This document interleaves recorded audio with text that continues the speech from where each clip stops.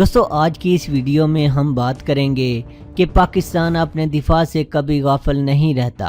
Video के दूसरे हिस्से में हम पाकिस्तान के अबाबिल मिसाइल के बारे में बात करेंगे कि इस MIRV टेक्नोलॉजी के हमल मिसाइल से भारत की नींदें क्यों हराम हो चुकी हैं। वीडियो के तीसरे हिस्से में हम जानने की कोशिश करेंगे कि पाकिस्तान के तेज़ रफ्तार क्रूज़ मिसाइल S-400 रोक सकता है कि नहीं। तो दोस्तों जानने के लिए आखिर तक इस वीडियो को देखते रहिए। दोस्तों माहरीन का कहना है कि भारत ने पाकिस्तान पर बालादस्ती हासिल करने का ख्वाब देखते देखते अपनी सारी उम्र ज़ाया कर दी है। हैरानगी की बात है कि भारतीय हुक्मरान इस हकीकत को जानने के बावजूद अभी तक अपनी मासूम आवाम को धोखा दे रहे हैं और पाकिस्तान के खिलाफ नए नए मंसूबे सामने लाते रहते हैं और भारतीय अवाम भी यकीन कर लेती है। भारत पहले एटमी ताकत बना तो भारतीय मीडिया इस पर खूब उछल कूद कर रहा था। जवाबन पाकिस्तान भी एटमी ताकत बन गया तो चीखें मारनी शुरू कर दी। फिर भारत कोल्ड स्टार्ट का तस्वर ले आया और $20 बिलियन इस पर फूंक दिए।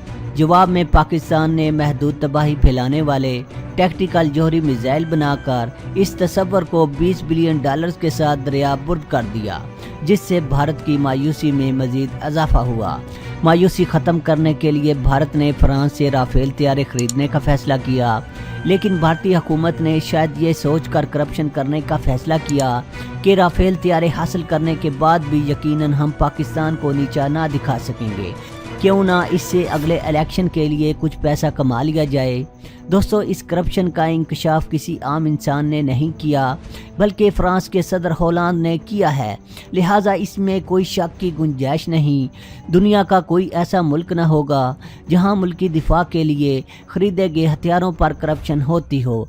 अभी इस करप्शन की बात इतनी मशहूर ना हुई थी कि भारतीय हुकूमत ने पाकिस्तान पर महदूद हमले की बात शुरू कर दी ताकि इस करप्शन से भारतीय अवाम की तवज्जो हटाई जा सके, क्योंकि पाकिस्तान के खिलाफ झूठ भी भारतीय अवाम के मन को भाता है। दोस्तों गैर मुल्की मीडिया की इतलात ने इस बात की तस्दीक की है कि भारत अपने फौजियों और हथियारों को पाकिस्तान की सरहदों के करीब इकट्ठा करने में मसरूफ़ है, जिनमें जंगी टैंक्स, गनशिप, हेलीकॉप्टर्स, दरमियाना और भारी असला वगैरह शामिल हैं।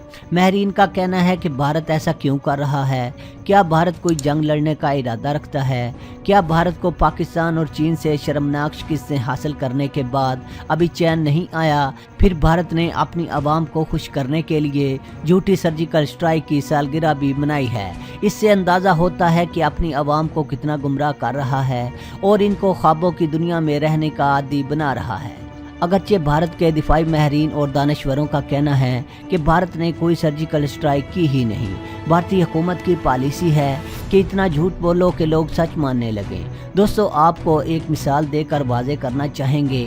जब सिकंदर आज़म के वालिद फिलिप ने यूनान के तमाम इलाकों को फतह कर लिया, इस वक्त सिर्फ एक छोटी सी रियासत स्पार्टा बची थी जिस पर अभी कब्जा ना किया गया था, क्योंकि वहाँ के अवाम ख़तरनाक किस्म के लड़ाका थे।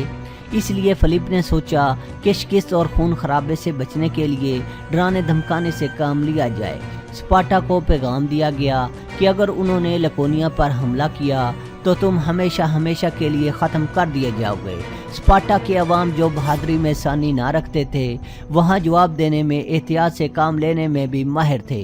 उन्होंने जवाब में सिर्फ एक लफ्ज़ लिखा, वो था अगर। इसी तरह पाकिस्तान की अफवाज के तर्जमान ने कहा, अगर भारत ने एक सर्जिकल स्ट्राइक की गलती की तो पाकिस्तान इसके बदले 10 सर्जिकल स्ट्राइक करेगा। दोस्तों अगला इलेक्शन जीतने के लिए मोदी सरकार भारत को खोखला करने में लगी हुई है। हथियारों के ढेर इकट्ठे किए जा रहे हैं, दिफाई निज़ाम खरीदे जा रहे हैं। भारत ने रूस से S-400 का मुआहिदा किया जो 400 से 600 किलोमीटर तक पाकिस्तान या चीन के हथियारों को डिटेक्ट कर सकता है। रूस का S-400 हर एयर डिफेंस सिस्टम की तरह मुकम्मल दिफा की सलाहियत नहीं रखता। दोस्तों आपको बताना चाहेंगे कि पाकिस्तान के अबाबिल मिसाइल को S-400 क्या S-500 भी नहीं रोक सकता। पाकिस्तान ने इस मिसाइल का तजर्बा सन 2017 में किया था। पाकिस्तान ने इस मिसाइल के तजर्बे के बाद भारत के जदीद से जदीद दिफाई बैलिस्टिक निज़ाम को नकारा बना दिया है। ये एक MIRV टेक्नोलॉजी से लेस मिसाइल है। یہ ٹیکنالوجی صرف روس، امریکہ، چین اور پاکستان ہی حاصل کر سکے ہیں۔ بھارت اس ٹیکنالوجی کے بس خواب بھی دیکھ سکتا ہے۔ ابابیل میزائل کی رینج 2200 کلومیٹر ہے۔ اس میزائل کے نشانے پر پورا بھارت آتا ہے۔ ابابیل ایک نہیں بلکہ کئی میزائلوں کا حامل نظام ہے جو مختلف سمتوں سے دشمن کے اہداف کو 100% ایکوریسی سے تباہ کرنے کی صلاحیت رکھتا ہے۔ ابابیل میزائل جوہری اور کنونشن وار ہیڈ لے جانے کی صلاحیت رکھتا ہے۔ MIRV ٹیکنالوجی سے لیس پاکستان کا یہ میزائل ریڈار کی پکڑ میں نہیں آتا۔ ابابیل میزائل بھارت کے ایئر ڈیفنس سسٹم کا توڑ ہے۔ دوستو آپ کو بتانا چاہیں گے کہ کوئی بھی ایئر ڈیفنس سسٹم کس طرح بیلسٹک میزائل کو انٹرسیپٹ کرتا ہے۔ دوستو کسی بھی بیلسٹک میزائل کو 3 فیسز میں انٹرسیپٹ کیا جا سکتا ہے۔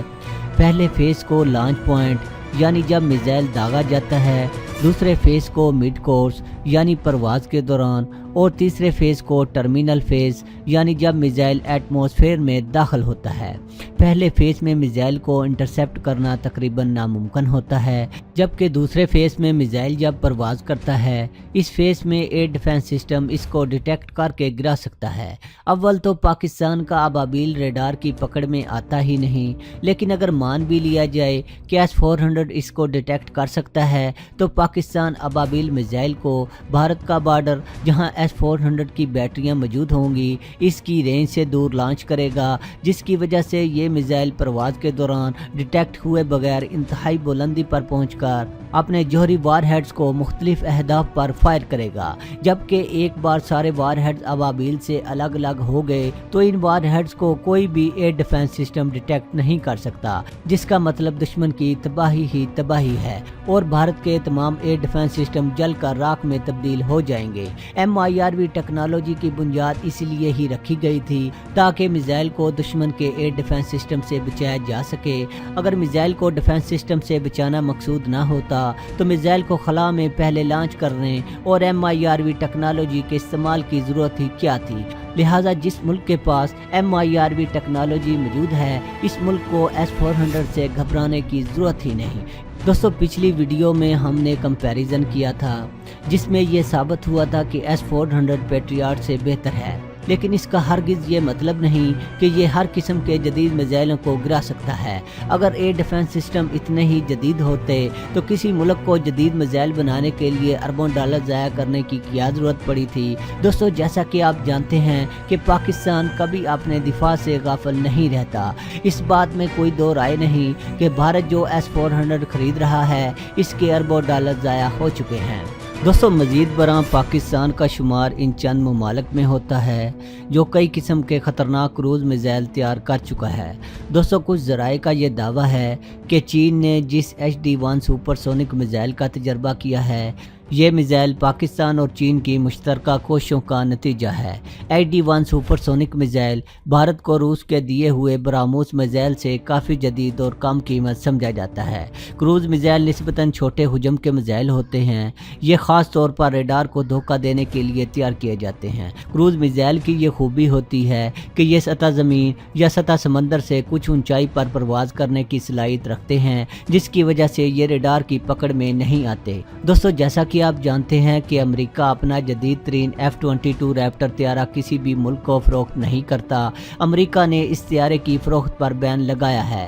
ماہرین کے مطابق کوئی بھی ملک اس وقت تک اپنی جدید دفاعی ٹیکنالوجی کو فروخت نہیں کرتا جب تک وہ اس سے بہتر ٹیکنالوجی تیار نہ کر چکا ہو۔ لہٰذا روس نے S-400 کو اب فروخت کرنے کا فیصلہ کیا ہے کیونکہ وہ S-500 تیار کر چکا ہے، لیکن S-500 کو منظر عام پر اس لیے نہیں لایا جا رہا کیونکہ اگر اس کو منظر عام پر لایا گیا تو روس کا پرانا ماڈل S-400 کوئی ملک نہیں خریدے گا اور روس کو اربوں ڈالرز کا نقصان اٹھانا پڑ سکتا ہے۔ ہر ملک S-500 کو خریدنا چاہے گا۔ روس نے S-400 دفاعی نظام کو ہر حال میں بیچنا ہے۔ دوستو ماہرین کے مطابق تیز رفتار کروز میزائلوں کو S-400 نہیں روک سکتا، تو اس کے لیے بھارت کو امریکہ سے اس کا جدید سسٹم ناسامز یعنی نیشنل ایڈوانس سرفیس دی ایئر میزائل سسٹم خریدنا پڑے گا، جو خاص طور پر کروز میزائلوں کو روکنے کے لیے بنایا گیا ہے۔ دوستو یہاں یہ بات بھی قابل ذکر ہے کہ بھارت کو شاہ نعمت اللہ ولی کی پیش گوئی کو یاد رکھنا چاہیے کہ کسی بھی جنگ کا مطلب پاکستان کے بھارت پر قبضے کی صورت میں نکلے گا۔ ان کی ایک پیش گوئی بھی تاحال غلط ثابت نہیں ہوئی۔ دوستو آج کے لیے اتنا ہی۔ दोस्तों वीडियो पसंद आने की सूरत में चैनल को सब्सक्राइब और वीडियो को लाइक एंड शेयर करना ना भूलिएगा। अपना बहुत सा ख्याल रखिएगा। अल्लाह हाफिज़।